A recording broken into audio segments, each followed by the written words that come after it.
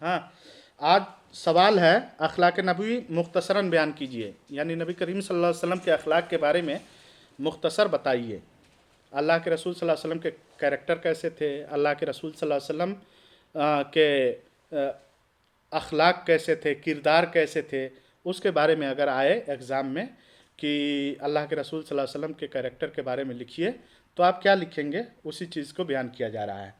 قرآن کریم میں اخلاق نبوی کے متعلق ارشاد ہے، انک لعلی خلق عظیم، انک لعلی خلق عظیم، یعنی اللہ کے رسول صلی اللہ علیہ وسلم کے کیریکٹر کے بارے میں قرآن میں لکھا ہوا ہے کہ اے محمد تم اخلاق کے بڑے درجے پر ہو۔ کیا ہو؟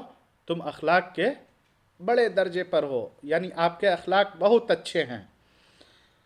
حضرت عائشہ رضی اللہ تعالیٰ عنہ سے جب آپ صلی اللہ علیہ وسلم کے اخلاق بیان کرنے کو کہا گیا تو انہوں نے پوچھا کہ کیا تم قرآن نہیں پڑھتے؟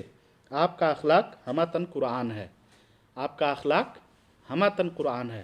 یعنی کسی نے پوچھا، عائشہ رضی اللہ تعالیٰ عنہ جو اللہ کے رسول صلی اللہ علیہ وسلم کی بیوی تھیں، ان سے کسی نے پوچھا کہ اللہ کے رسول صلی اللہ علیہ وسلم کے اخلاق کے بارے میں بتائیے، تو اللہ کے رسول صلی اللہ علیہ وسلم کے اخلاق کو وہ سب سے زیادہ جانتی تھیں۔ انہوں نے پوچھا اس سے کہ کیا تم قرآن نہیں پڑھتے؟ قرآن میں جو کچھ لکھا ہے وہیں اللہ کے رسول صلی اللہ علیہ وسلم کا اخلاق تھا۔ اچھا، ایک اضافی چیز، اللہ کے رسول صلی اللہ علیہ وسلم صرف یہیں ایک ایسی اللہ کے رسول صلی اللہ علیہ وسلم کی بیوی تھیں جو پہلے سے میرڈ نہیں تھیں، یعنی جو باکرہ تھیں۔ باکرہ مطلب یہ ہے کہ بنا شادی شدہ تھیں اور اللہ کے رسول نے ان سے شادی کی تھی، ٹھیک ہے نا؟ باقی جتنی عورتوں سے شادی کی وہ یا تو ویڈو تھیں، یا ان کے ہسبینڈ مر گئے تھے، یا دوسرے ریزنز تھے، مطلب سب پہلے سے شادی شدہ تھیں، یا کسی وجہ سے یا تو طلاق ہو گیا تھا، یا بیوہ ہو گئی تھیں، یا کسی وجہ سے، ٹھیک ہے نا؟ ایک چیز۔ دوسری بات یہ ہے کہ ان کی شادی اللہ کے رسول صلی اللہ علیہ وسلم سے کتنی عمر میں ہوئی تھی؟ 6 سال کی عمر میں۔ ودائی 9 سال کی عمر میں ہوئی تھی، ٹھیک ہے نا؟ ہوتا ہے نا گاؤں دیہات میں کہ پہلے شادی کر دو بعد میں بدائی کرو، نکاح کر دو اور بعد میں بدائی ہوگی۔ اسی طرح سے یہاں بھی ہوا تھا۔ اللہ کے رسول صلی اللہ علیہ وسلم کی شادی ان کی کتنے سال کی عمر میں ہوئی تھی؟ 6 سال کی عمر میں۔ ودائی کتنے سال کی عمر میں ہوئی تھی؟ 9 سال کی عمر میں۔ جس وقت اللہ کے رسول صلی اللہ علیہ وسلم، اس وقت ودائی کے وقت اللہ کے رسول کی عمر کیا تھی؟ 55 سال، ٹھیک ہے نا؟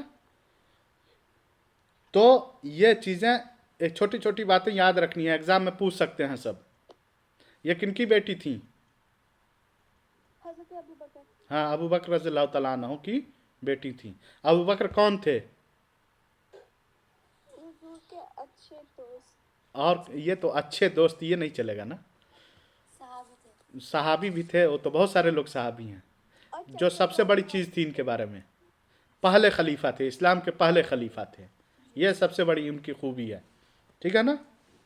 ہاں دیکھیے، اس کے بعد حضرت عائشہ فرماتی ہیں کہ یہاں حضرت صلی اللہ علیہ وسلم کی عادت کسی کو برا بھلا کہنے کی نہ تھی، برائی کے بدلے میں برائی نہیں کرتے تھے بلکہ درگزر کرتے تھے اور معاف فرما دیتے تھے۔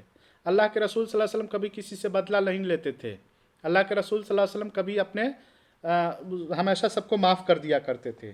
آپ صلی اللہ علیہ وسلم نے کبھی کسی سے اپنے ذاتی معاملے میں انتقام نہیں لیا۔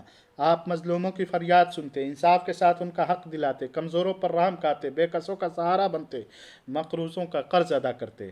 آپ صلی اللہ علیہ وسلم نے کبھی کسی سے انتقام نہیں لیا۔ فتح مکہ کے بعد خون کے پیاسے دشمنوں کو یہ کہہ کے چھوڑ دیا، تم پر کوئی ملامت نہیں، تم سب آزاد ہو۔ یعنی جس وقت اللہ کے رسول صلی اللہ علیہ وسلم مکہ گئے، وہاں آپ کے سبھی دشمن سر جھکائے ہوئے تھے۔ اللہ کے رسول صلی اللہ علیہ وسلم نے مکہ کو فتح کر لیا، سب کو اللہ کے رسول صلی اللہ علیہ وسلم نے ایک لفظ میں معاف کر دیا۔ کسی صحابی نے کہا بھی کہ آج تو خون بہیں گے، الیوم یوم الملحمہ، آج خوب لڑائی ہوگی۔ اللہ کے رسول نے کہا کہ الیوم یوم المرحمہ، آج تو رحم و کرم کا دن ہے، آج جتنا معافی کر لو، جتنا ثواب کما لو معاف کر کے۔ حمزہ کے قاتل وحشی سے صرف اس قدر فرمایا کہ میرے سامنے نہ آیا کرو، تم کو دیکھ کر مجھے چچا کی یاد آتی ہے۔